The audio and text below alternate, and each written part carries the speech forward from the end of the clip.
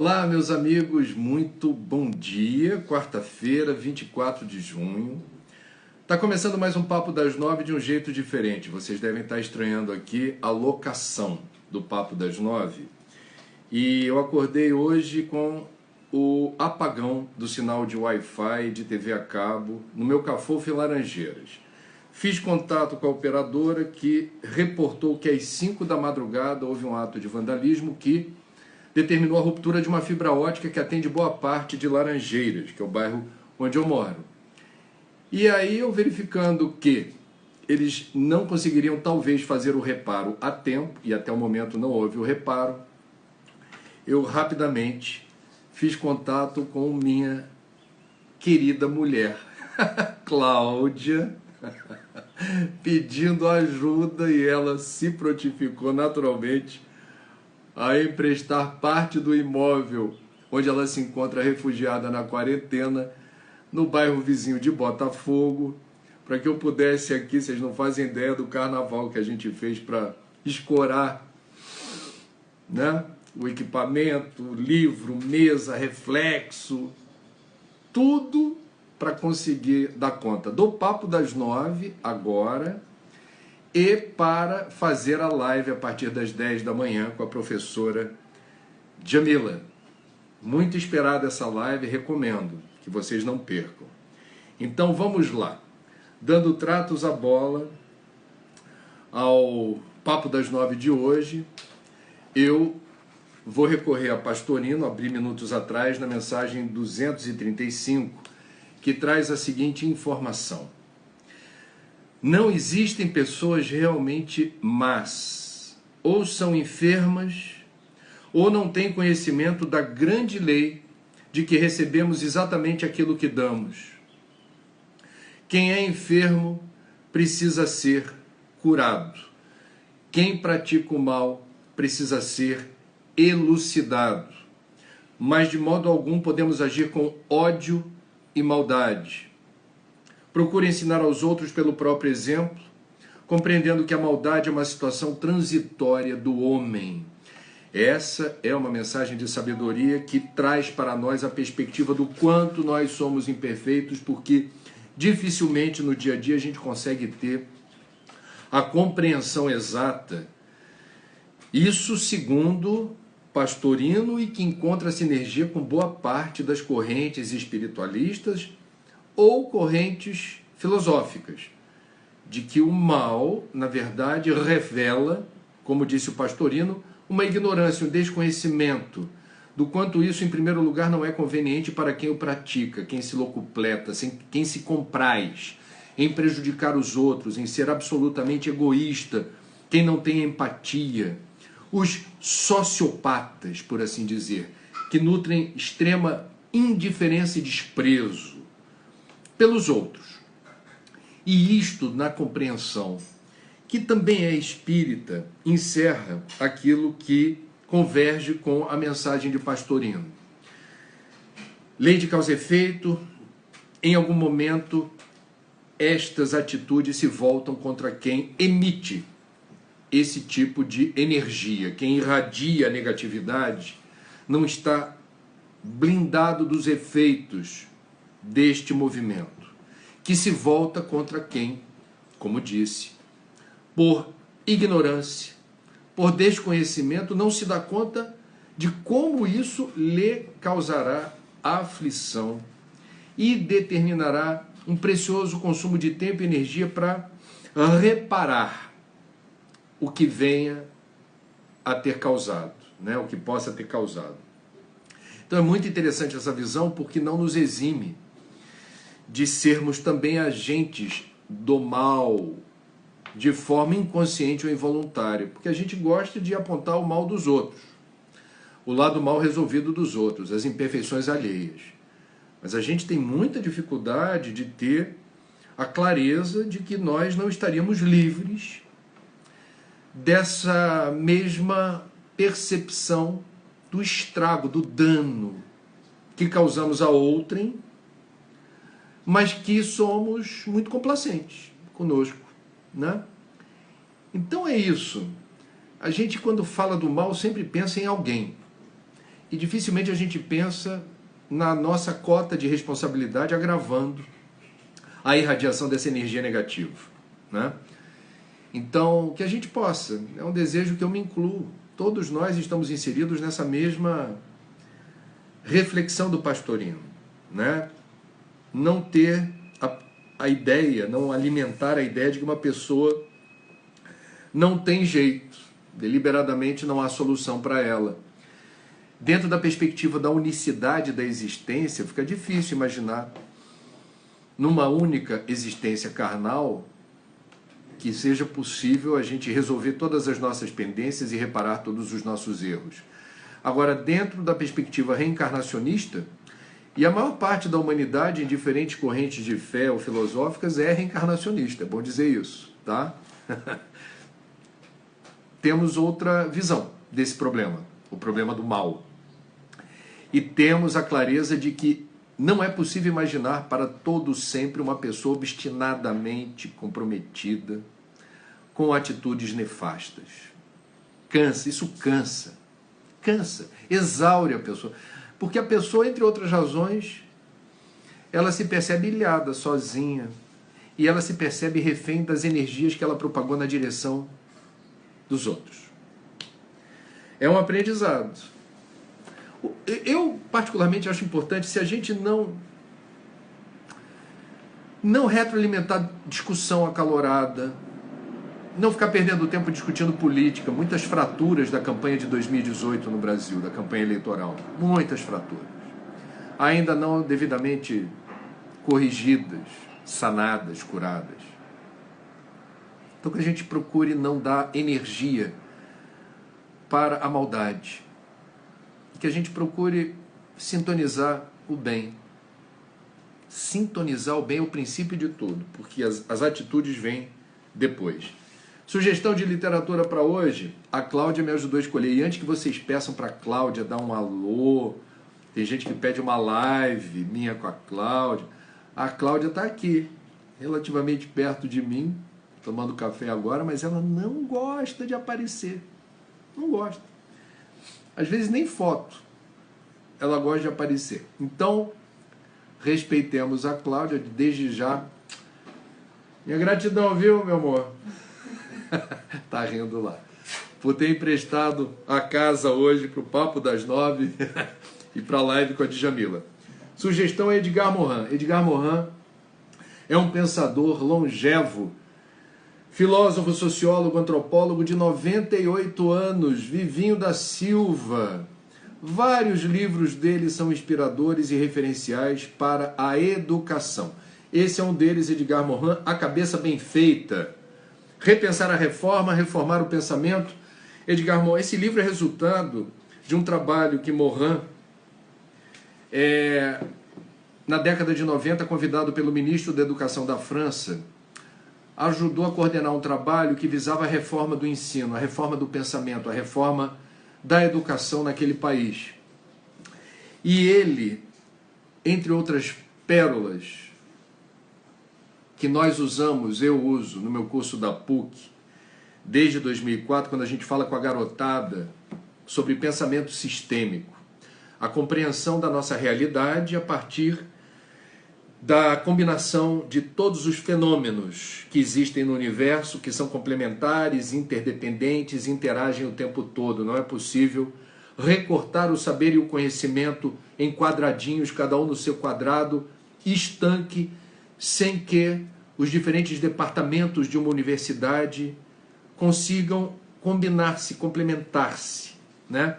Então esse problema da modernidade, que é um engenheiro formado em engenharia naturalmente, só conseguir perceber o mundo a partir dos olhos que ele desenvolveu a habilidade do engenheiro. Eu enxergo o mundo apenas e tão somente como engenheiro. Um sociólogo só como sociólogo. Uma nutricionista apenas dentro desse recorte. A gente não consegue entender, especialmente no ambiente acadêmico, universitário, a importância do olhar complementar, de uma visão holística, sistêmica, abrangente, de uma totalidade integrada, onde os saberes não sejam rivais. Ah, o povo da arquitetura sabe mais que o povo da engenharia, que sabe mais que o povo da economia, que sabe mais que o povo da ciência política. Não vai dar certo. Não tem dado certo. E essa visão fragmentada dos especialistas, né, ela impede uma visão mais ampla que nos afasta das leis que regem a vida e o universo. Então, Morin diz assim: considero impossível conhecer as partes sem conhecer o todo, tanto quanto conhecer o todo sem conhecer particularmente as partes. Então, Edgar Morin é uma sugestão muito legal de leitura para quem queira começar a dar cliques na capacidade de interpretar a realidade e compreender essas leis que regem a vida e o universo, a dinâmica que sustenta a vida, né? Sabe aquela história do vovô, o avô de vocês, meu avô, quando ia a médico, que era tão difícil isso? Na primeira metade do século passado, os médicos eram grandes generalistas. Não tinha essa de você procurar um médico e o médico dizer: isso que você tem que ser um especialista em tornozelo. E esse problema que você tem respiratório, tem que procurar um pneumologista. Os médicos de antigamente eram generalistas e eles tinham uma aura de sabedoria. Eles tinham uma competência para desvendar doenças, produzir diagnósticos, que muitos médicos atuais, com muito mais recursos para desenvolver rastreamento de doenças e morbidades, têm uma dificuldade de perceber o todo. Então, aí a opinião do André não é do Dr. Morin. Acho que temos um desafio saudável que é, sem prejuízo das especialidades, você ser mestre, ser doutor, fazer um pós-doc em algum assunto específico, não perder de vista a visão sistêmica e não ter preconceito com outras áreas do saber e do conhecimento, elegendo a sua como sendo a mais capacitada para determinar o que é e o que não é. Aliás, aqui a minha saudação a duas universidades brasileiras que, de forma pioneira, talvez hoje existam outras, têm departamentos que promovem a união dos departamentos, né? Então, a UNB em Brasília e a PUC Rio têm núcleos que pensam a integração dos diversos saberes no enfrentamento das questões da sustentabilidade, né? Isso é muito importante. Isso é muito importante. A gente desenvolver o olhar e a capacidade de explicar os fenômenos da vida. E a universidade pode contribuir para isso, e Edgar Morin inspira muita gente que vai nessa direção. Meus amigos, eu vou ser muito franco com vocês. Nessa correria para me abrigar aqui na casa da Cláudia, em Botafogo, porque não tinha sinal de Wi-Fi disponível em Laranjeiras hoje, eu não consegui fazer uma pesquisa rebuscada para sugerir doações, tá? Então, como eu não gosto de deixar buraco, eu vou repetir um pedido, uma sugestão que eu já fiz aqui. Está chegando o final do mês, muita gente sem grana. Tem gente sem grana desde o início do mês, a situação está braba. Agora, para quem está com orçamento enxuto devido à falta de atividade econômica, o recesso da movimentação das pessoas, desaceleração dos negócios e das trocas por conta da quarentena, certifique-se se você está em condição de ajudar financeiramente alguém, ainda que com pouco, se é possível ajudar, porque tem gente que sofre calada, tem gente que não dá bandeira de que está sofrendo, que está passando fome, que está muito angustiado por causa das dívidas que se acumulam. Então, quem está em condição de ajudar com pouco que seja, a alguém da família, alguém do círculo de amizades, a um colega de trabalho, a um vizinho, que você tem a intuição ou você tem elementos objetivos para perceber. Essa pessoa claramente está passando dificuldades. Tome a dianteira, faça contato e certifique-se se essa pessoa aceita ajuda E na hora de reportar isso, faça com habilidade. Porque a pessoa, se não tomou a iniciativa, está lá se sentindo mal em ter que pedir alguma coisa, né? Então você dizer, oi, faz tempo que a gente não se fala, deixa eu ser muito franco com você e fica sendo um segredo nosso. Você pode até contar uma historinha não muito verdadeira, dizendo assim, eu sonhei com você hoje. Eu não sei exatamente porque eu sonhei, mas meu sonho é batata. Quando eu sonho com alguém é porque se alguém está precisando, eu preciso fazer contato direto com essa pessoa. E eu sonhei com você e eu confesso que eu acordei com a ideia de que eu talvez pudesse fazer algo por você. E eu queria que fosse um segredo nosso, se você estiver precisando, por exemplo, de alguma ajuda financeira. Essa é uma forma de você, eu diria, dirimir, né? Mitigar problemas causados por um orgulho, por uma certa vaidade ou por uma certa sensação de humilhação descabidos, porque todos nós precisamos de ajuda na vida. Se hoje você está em condição de ajudar, daqui a pouco você vai estar necessitando da ajuda dos outros, mais rápido do que você imagina. Nenhum de nós é autossuficiente. E nenhum de nós atravessa uma existência sem a necessidade de pedir ajuda muitas vezes. Não é feio pedir ajuda. Feio é precisar de ajuda e não pedir. E a gente tem amigo para isso, a gente tem familiares para isso, né? Então fazer isso é um gesto de humanidade, de amor. Ajudar com muito cuidado de não causar melindre, não causar algum tipo de, né, insatisfação, assim, de desconforto. Tá bom, pessoal? 24 de junho a gente está na semana derradeira do mês. Muita gente precisando de pataco, arame, bufunfa. Você sabe. Vamos lá. Vamos para as notícias antes de passar para as perguntas. Vamos lá. Primeiro, vocês devem ter visto a inacreditável nuvem de gafanhoto que foi filmada na Argentina, está a caminho do Brasil. São várias imagens. Uma delas mostra literalmente nuvens que se movimentam rápido.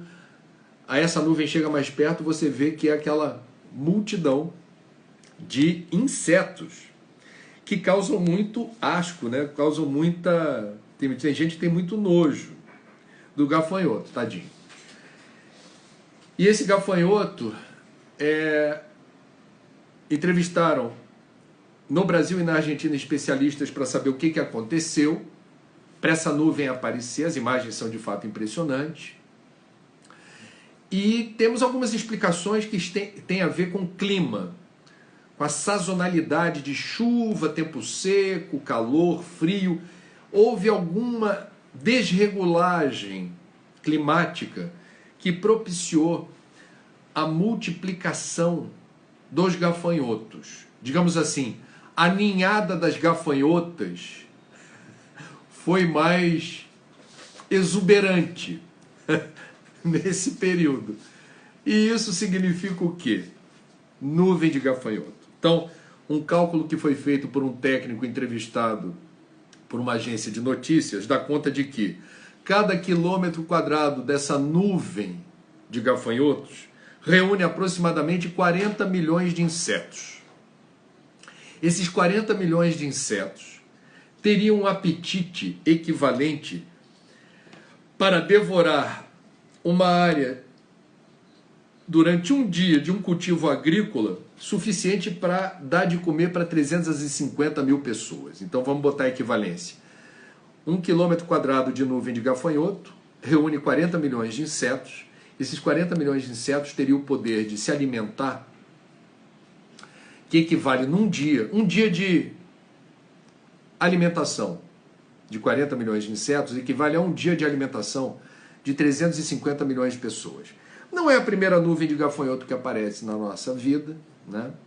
Eles já foram reportados, inclusive, nas escrituras como uma das pragas do Egito. Aí tem pessoal que faz um terrorismo danado. É o sinal de Deus, o mundo vai acabar. Eu não estou nessa lista, tá?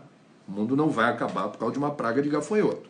Agora, claramente a praga de gafanhoto deve ser investigada, porque indica alguma anomalia que tem a pegada humana.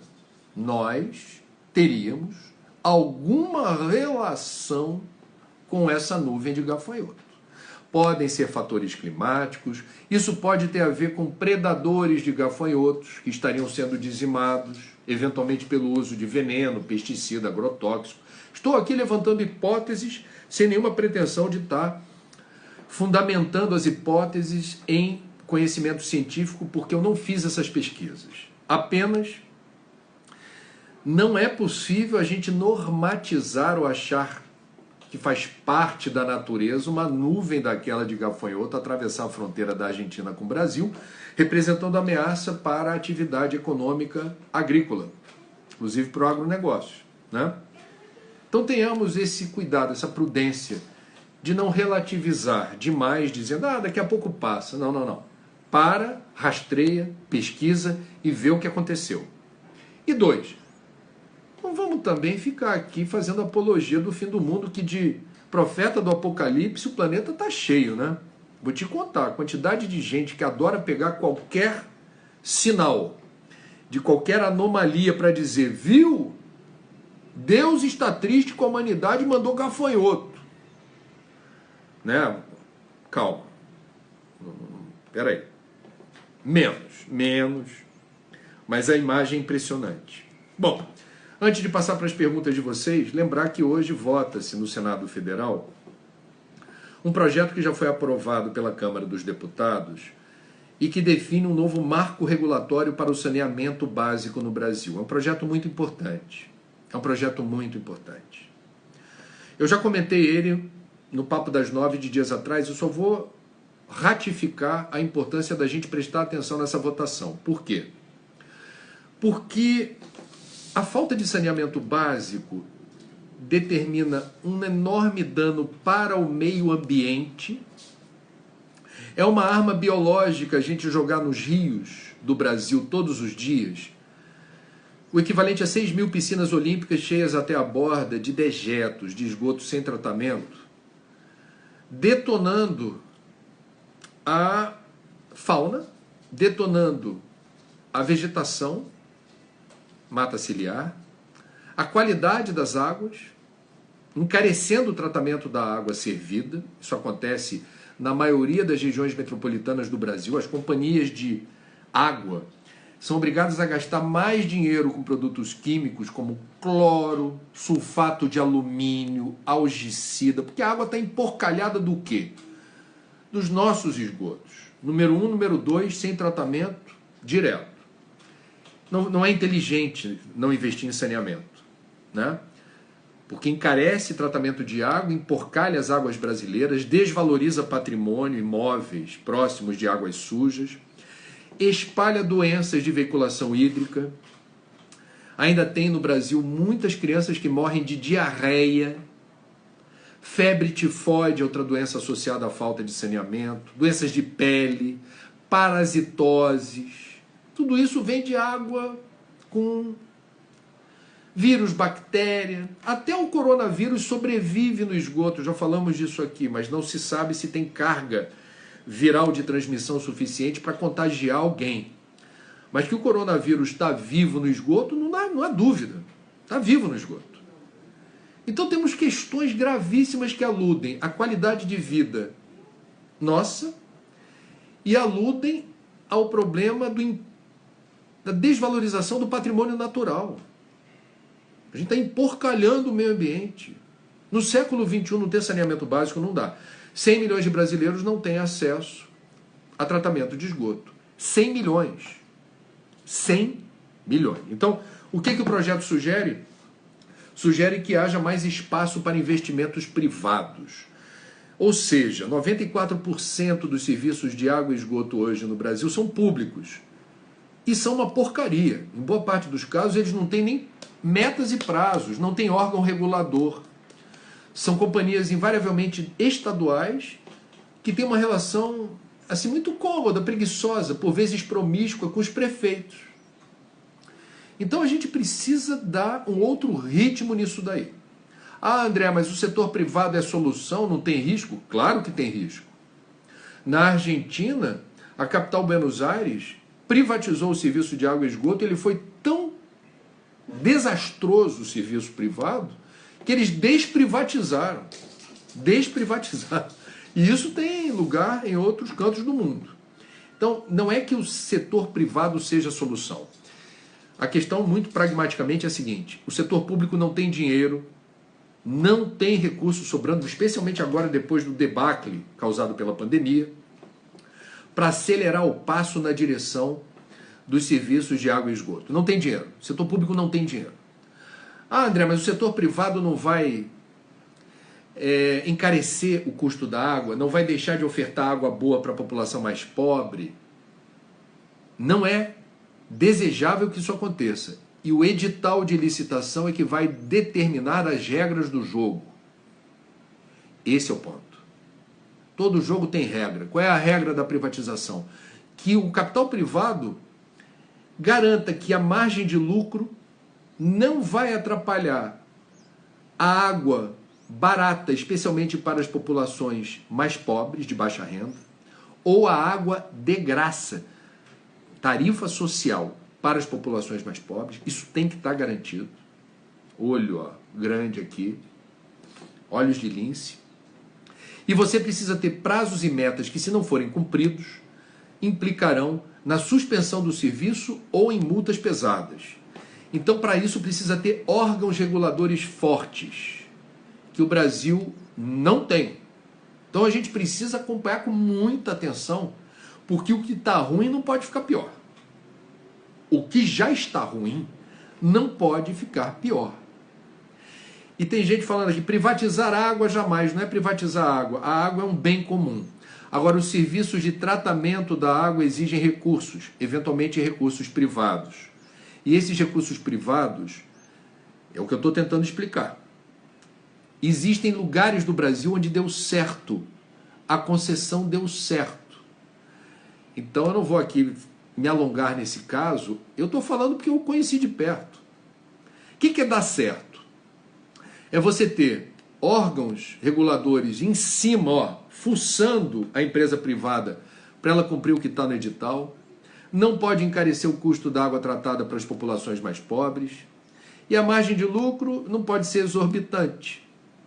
Porque eu vou te contar, tem gente que considera um dogma assim, não, mas o que é privado é ruim, o que é público é bom. Então investigue você, não vai por mim não. Qual é a qualidade do serviço público de água e esgoto na maioria absoluta dos estados brasileiros, começando pelo meu Rio de Janeiro, onde a SEDAI não consegue ofertar um serviço de qualidade. Onde a SEDAI não tem transparência. Não diz o que é feito com a conta da água e esgoto que eu pago. Eu pago conta de água e esgoto e não tem avanço no saneamento básico do estado do Rio historicamente. São questões. A gente precisa ter muito cuidado, tá? Não é acender vela para o setor privado, nem acender vela para o setor público. É acender vela para quem faz bem feito. Sem punir os pobres, sem elevar a tarifa de forma desmesurada. Tem que ter um critério, uma modelagem de reajuste transparente antes da privatização, se ela acontecer. Ok, gente? Passar para as perguntas? Vamos lá.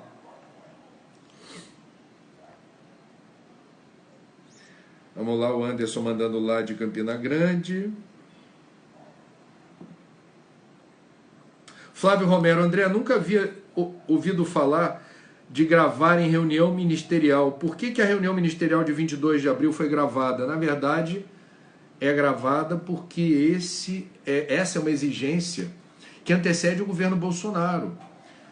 É do interesse público a transparência das reuniões ministeriais. Elas têm que ser gravadas sim. Entre ser gravado e ser divulgado vai uma distância. Só foi divulgada a reunião de 22 de abril porque houve um inquérito a partir da denúncia feita pelo ex-ministro da Justiça, Sérgio Moro, que determinou, por parte do ministro, decano do STF, Celso de Mello, a necessidade da transcrição dessa reunião e da eventual veiculação de trechos, não de toda a reunião ministerial. Só para deixar claro, Flávio, a transparência, ela é um princípio da democracia. Brasília foi construída com Lúcio Costa e Oscar Niemeyer fazendo os prédios públicos de Brasília todos vazados, com muito vidro. com a intenção da arquitetura reforçar a mensagem de que quem toma decisões em nome do interesse público não o faz veladamente, não o faz às escondidas, o faz de forma a mais transparente possível. Não é para transmitir pela televisão uma reunião ministerial, mas precisa ter ata, precisa ter o registro do que foi dito, porque isso é de interesse público.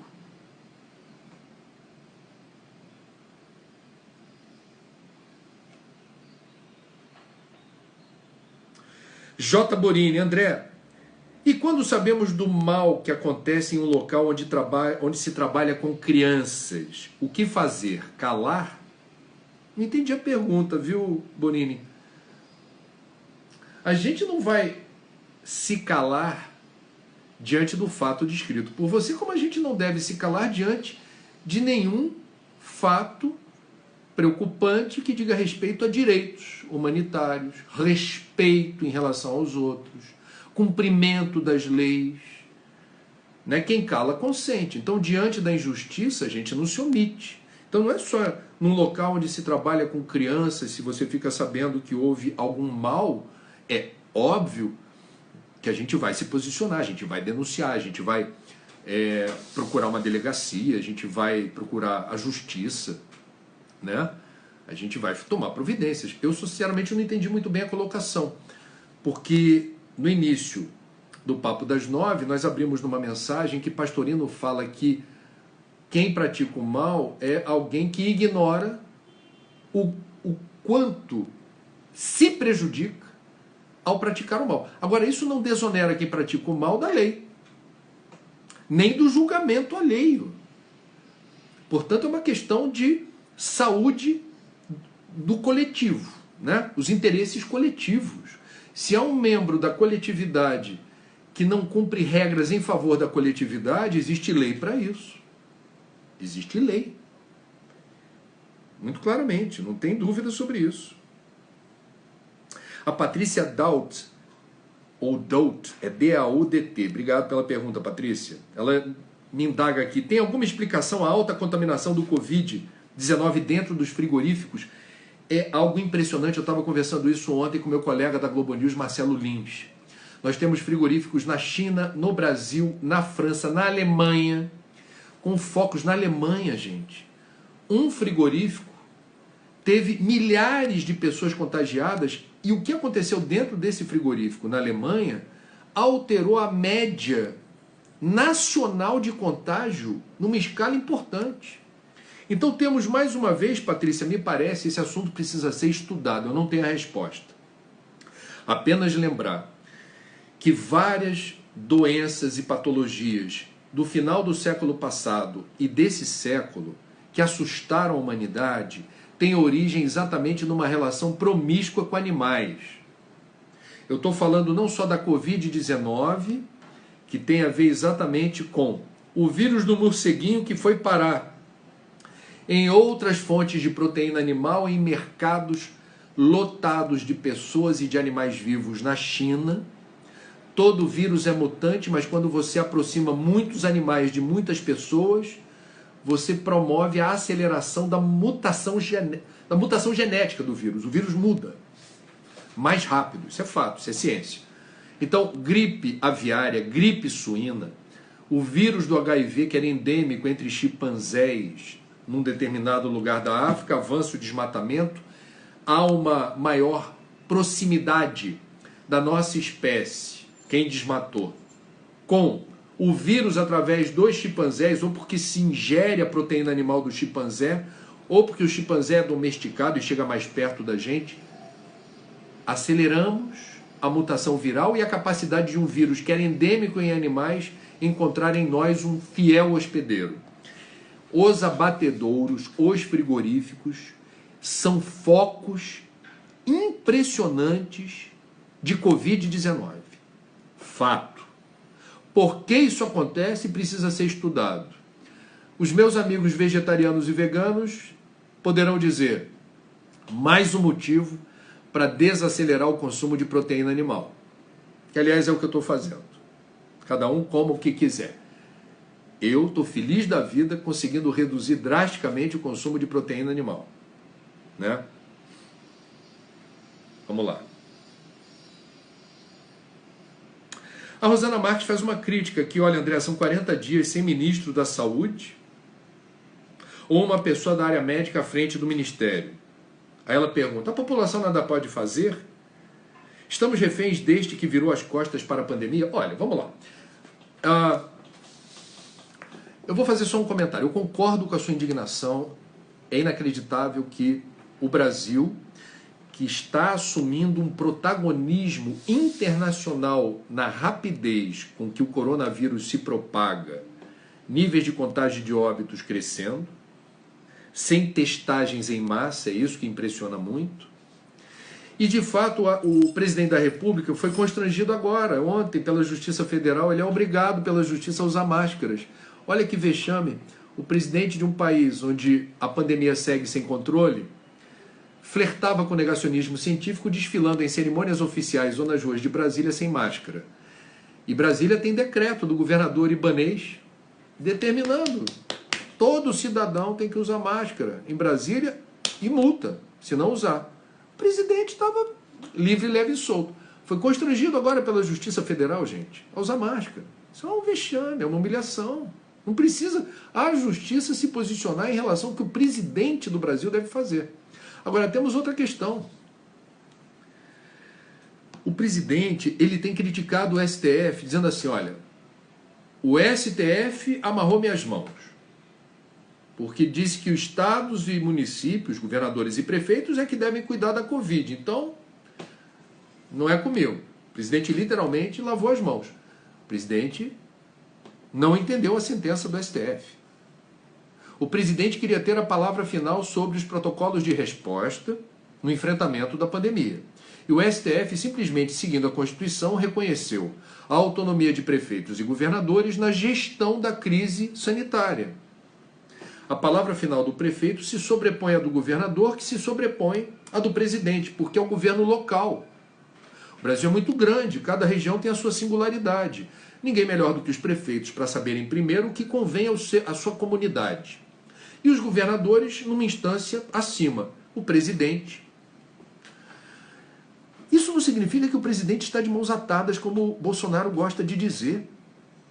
E essa semana o ministro do STF, Fux, deixou claro isso. A sentença do STF não amarrou as mãos do presidente. O presidente continua tendo a função, e só ele pode fazer isso, de articular em nível nacional a troca de informações, o auxílio e o compartilhamento de informações que ajudem no combate à pandemia e, principalmente, na minha opinião, coletivas diárias explicando para a população os números. Não basta dar os números que eles queriam omitir e dar tarde da noite.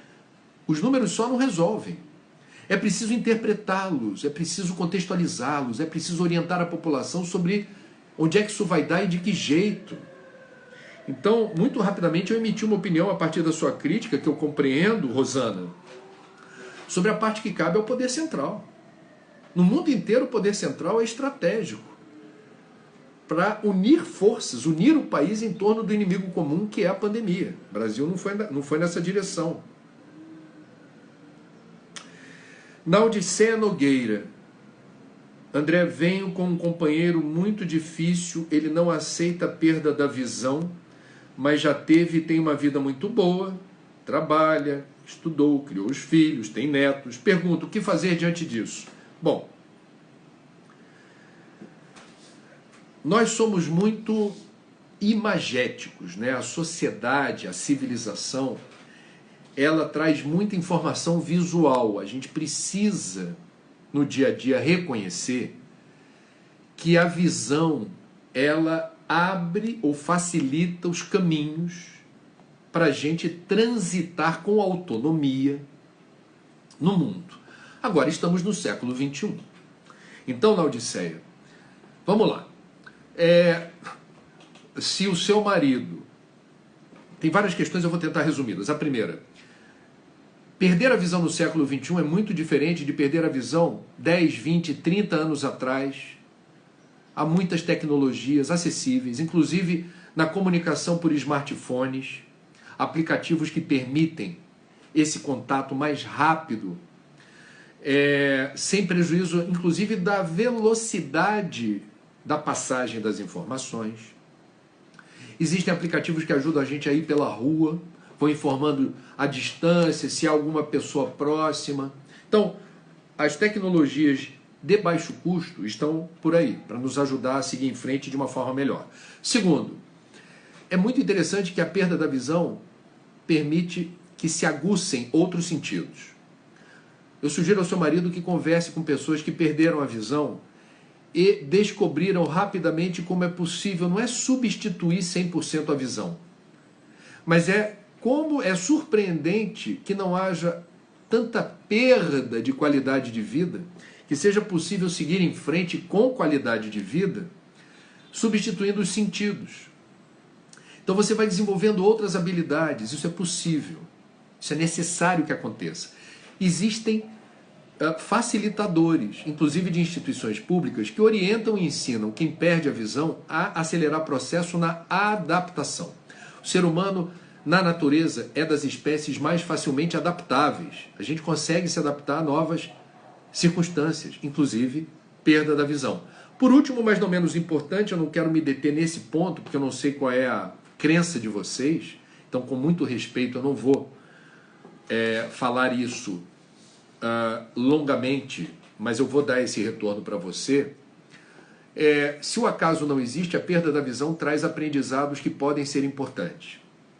E que a gente não deve se vitimizar, a gente não deve se revoltar, a gente não deve achar que Deus está contra nós, eu estou pagando o pecado, eu fiz alguma coisa errada e perdi a visão. Não. Eventualmente, o seu marido, como outras pessoas que eu conheço que perdem ou já perderam a visão, tem consciência de que, por vezes, a perda da visão determina outro nível de relacionamento interpessoal, né? Então o seu marido pode ser exemplo de superação. Ele pode inspirar as pessoas próximas em relação a uma deficiência no recurso da visão que é suplantada por outras ações. E isso motiva quem tem a visão e não faz tudo o que pode. Quando você tem alguém por perto que perde a visão, mas não perde a vontade de fazer as coisas, de viver, de ser produtivo na medida do possível, isso serve de exemplo para quem está à volta. Isso é motivador, isso estimula muita gente que reclama da vida de barriga cheia, como diz o ditado popular. Na Pontifícia Universidade Católica do Rio, no ano de 2005 ou 2006, eu tive um aluno que não enxergava nada. Tinha um cão-guia e morava em Niterói, outro município. Para chegar no Rio de Janeiro, ele pegava 2 ônibus com esse cãozinho. E chegava na PUC, ele e o cãozinho. E quando ele chegava na PUC, as pessoas já sabiam porque ele orientava. Ele chegava na sala e falava assim: oi pessoal, não estou vendo vocês, eu só queria pedir para não ficar distraindo o meu cãozinho, porque ele é todo treinado para me ajudar. Se a pessoa fica fazendo cafuné, fica fazendo um chamego no cãozinho, isso pode atrapalhar a função dele. Esse garoto foi tão importante para mim, ver a força de vontade dele de sozinho fazer esse movimento diário, 2 ônibus para ir, 2 ônibus para voltar, sem enxergar, com um cão-guia.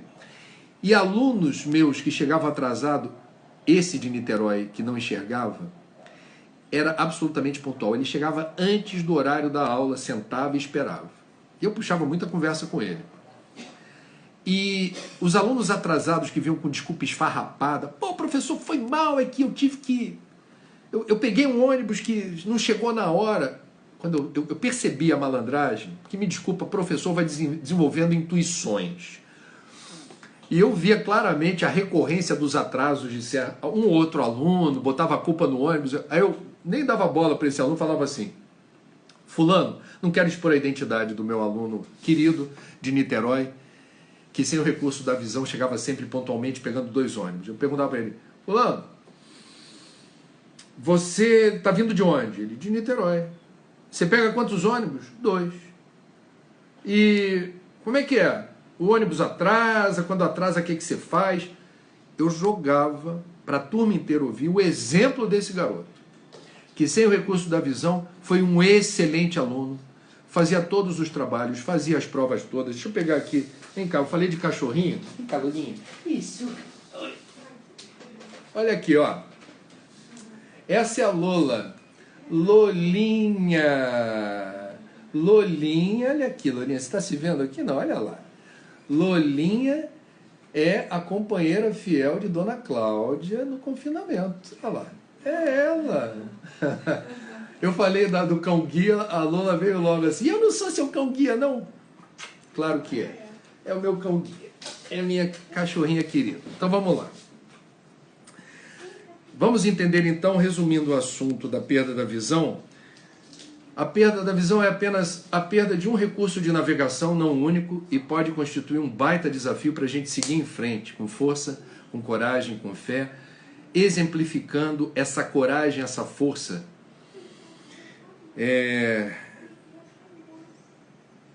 e a fé no dia a dia, tá? Arthur Cruz, Belém do Pará. André, bom dia. Devemos tolerar o intolerante? Que perguntinha que você me fez, hein? Eu acho que a gente deve usar a estratégia correta para lidar com a intolerância alheia. A gente não deve responder na mesma moeda. E as respostas classudas, éticas, inspiradas no bom senso, são devastadoras.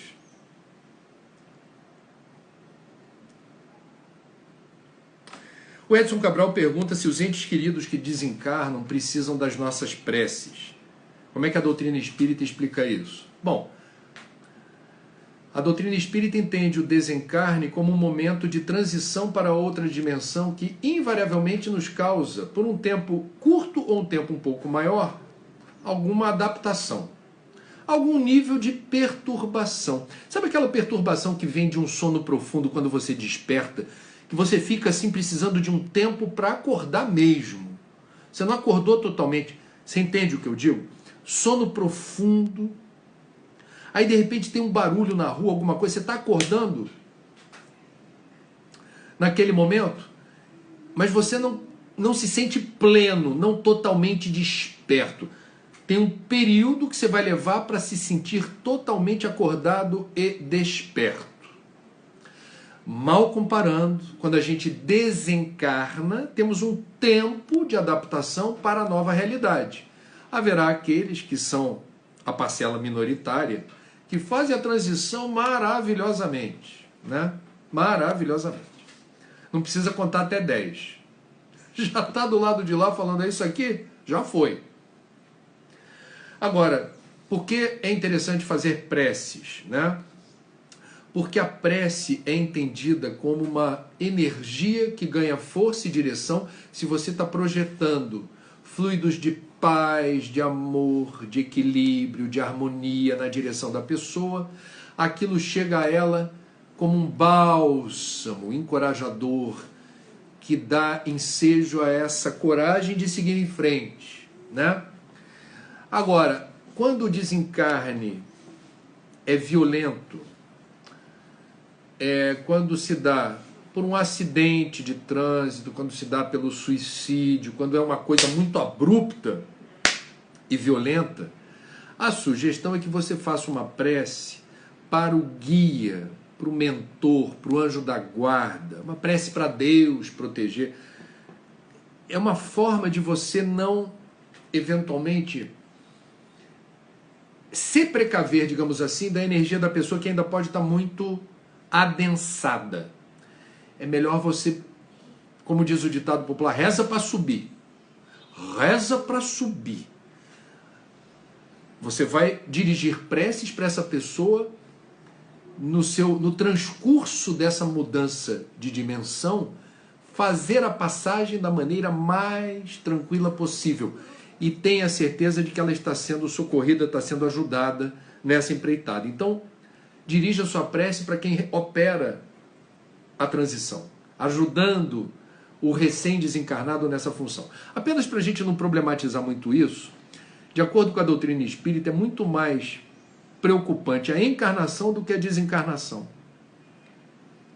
A reencarnação significa o apagão da memória das vidas passadas e o recomeço numa nova jornada na Terra. isso costuma gerar mais ansiedade ou apreensão nos espíritos do que propriamente o desencarne. O desencarne, quando ocorre na hora certa, no momento certo, a gente, na verdade, é lagarta que vira borboleta. Você está se desprendendo de uma dimensão onde há muitas tribulações e vicissitudes de ordem física, a psicosfera desse mundo, as tribulações desse mundo, né? E o plano espiritual nos oferece uma outra perspectiva existencial com menos limitações de ordem física. Vamos colocar nesses termos, ok?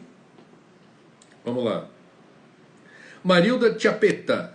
Pessoal da roça preocupado com gafanhoto. O que fazer? Bom, agora é rezar. Quando a gente vê nuvem de gafanhoto, o que você vai fazer? Você vai esperar passar a nuvem de gafanhoto, vai torcer para a nuvem de gafanhoto não ir ao encontro da sua plantação. Nessa altura do campeonato, quando a gente está falando de um fenômeno dessa magnitude, com toda franqueza, não há o que fazer. Agora, repito, especialmente os agricultores, cobrem das autoridades a investigação da origem dessa nuvem de gafanhoto que veio da Argentina, parece que passou pelo Paraguai também e chegou ao Brasil. A gente precisa saber se há intercorrência com fatores climáticos agravados pelo aquecimento global.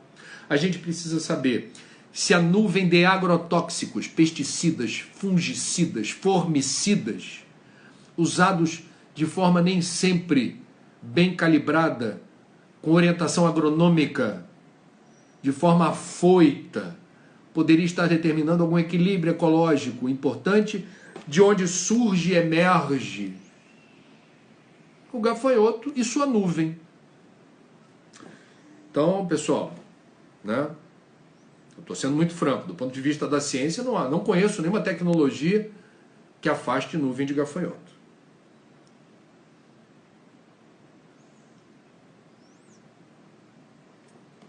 Silvia Kepper traz uma questão. Eu nem cheguei ao final da pergunta, vou fazer aqui do jeito que veio.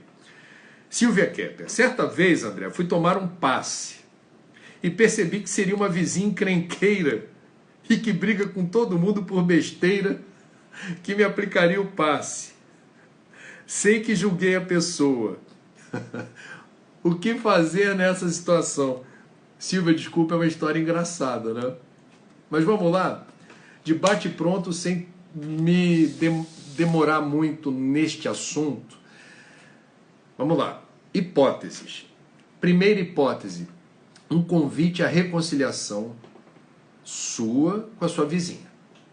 Então o destino colocou vocês em papéis em que ela, na condição de passista, terá que sublimar eventual antipatia ou discordância com você para fazer aquilo que se espera dela naquele momento.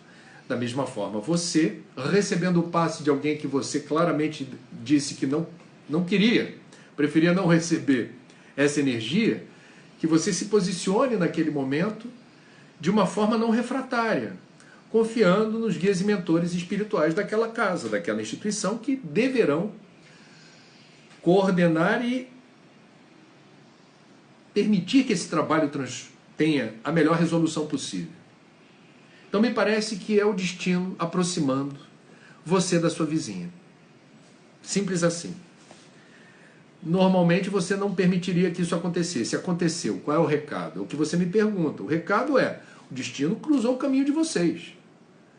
Agora, o que você vai fazer quando se dá essa encruzilhada é assunto seu e da sua vizinha. Me parece que é um convite para aparar arestas, tá? Tentar buscar a melhor resolução desse encontro. Meus amigos, está chegando ao fim o Papo das 9 de hoje. Agradeço a companhia de vocês. Mais uma vez agradeço. Dona Cláudia está aqui no meu campo visual, ela não quer aparecer. Dona Cláudia, Lolítia, Dona Lolinha, veio aqui ver o que eu estava falando. E que vocês tenham, nesta quarta-feira, muita força, muita determinação para não permitir que más influências, maus pensamentos tenham lugar, acolhida, abrigo em vocês. Que a gente se blinde para toda influência nefasta e se fortaleça diante das nossas convicções de que Não há saída longe do bem, da luz, da caridade, da fraternidade, da solidariedade. Há tempo de fazer muita coisa boa hoje. Aproveite bem o seu tempo com a energia que você dispõe, com ou sem o recurso da visão. Luiz Antônio Mileco era cego. Foi uma das pessoas mais generosas, mais trabalhadoras, mais inspiradas no exercício do bem que eu conheci. Musicoterapeuta, já falei dele aqui. Autor de livros, palestrante, sem o recurso da visão. Fiquem com Deus, tudo de bom. Daqui a pouco, 10 horas, tem papo com a professora Djamila sobre racismo estrutural. Olha, prepare-se. É uma aula, ao vivo, aqui, daqui a pouquinho. Tudo de bom.